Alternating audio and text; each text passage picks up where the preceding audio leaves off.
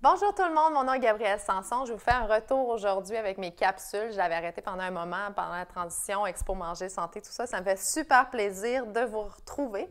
Donc aujourd'hui, je vais vous parler de l'importance du microbiote.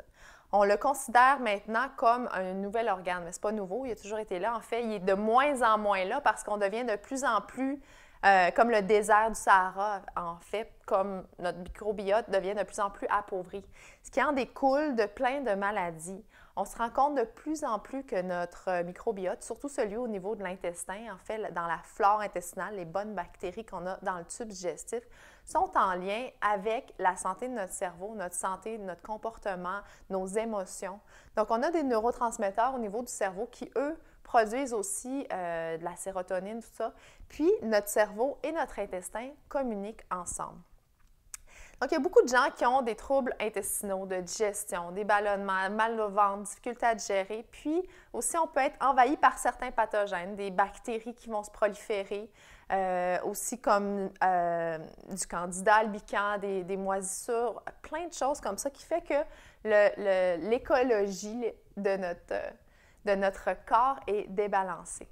Donc, c'est très, très, très, très important de bien nourrir, entretenir et stimuler notre flore intestinale et notre microbiote en général. Donc, en s'assurant de l'entretenir et de le nourrir. Et comment je fais ça?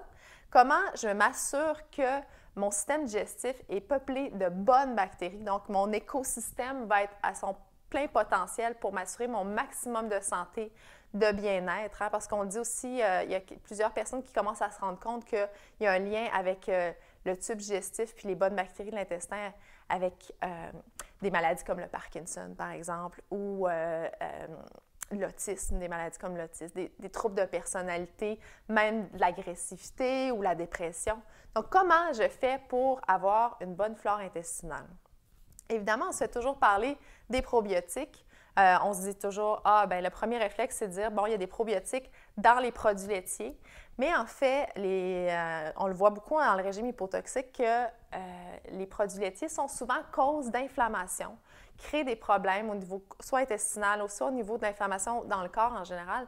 Donc, si c'est comme pour vous, comme pour moi, pas la solution idéale d'aller chercher les probiotiques dans les produits laitiers, il y a plusieurs autres sources qu'on ne nomme pas souvent parce que, dans le fond, il y a de l'argent à faire avec les produits laitiers. Donc, on ne parle pas nécessairement de, faire des lactofermentations, par exemple. Connaissez-vous les lactofermentations?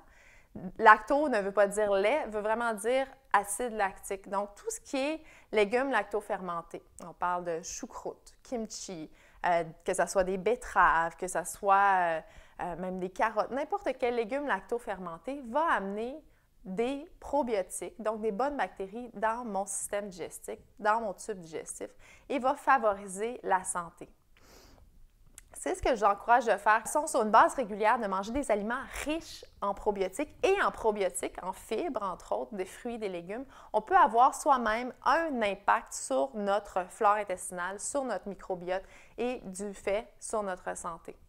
Donc, pour ceux qui s'intéresseraient d'aller plus loin là-dedans, que vous avez des questions, comment les faire, les lactofermentations, que ce soit du yogourt de noix, que ce soit du kéfir d'eau, des choses comme ça que vous aimeriez apprendre à faire, à ce moment-là, je vous invite à venir dans un de mes cours que je donnais soit à Québec, soit à Montréal ou soit dans les Laurentides sur la lactofermentation. On va apprendre plein de belles choses.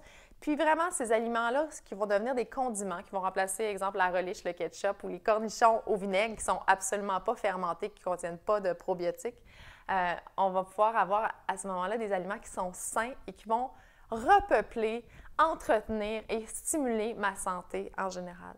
Donc, je vous invite à regarder sur ma page Facebook, gabriellesanson.com, puis aller voir tous les effets, tous les cours que j'offre, entre autres les cours de lactofermentation, pour avoir une santé optimale. Donc, on se retrouve bientôt. Si vous avez des questions, écrivez-moi, ça va me faire plaisir d'y répondre. Bonne journée!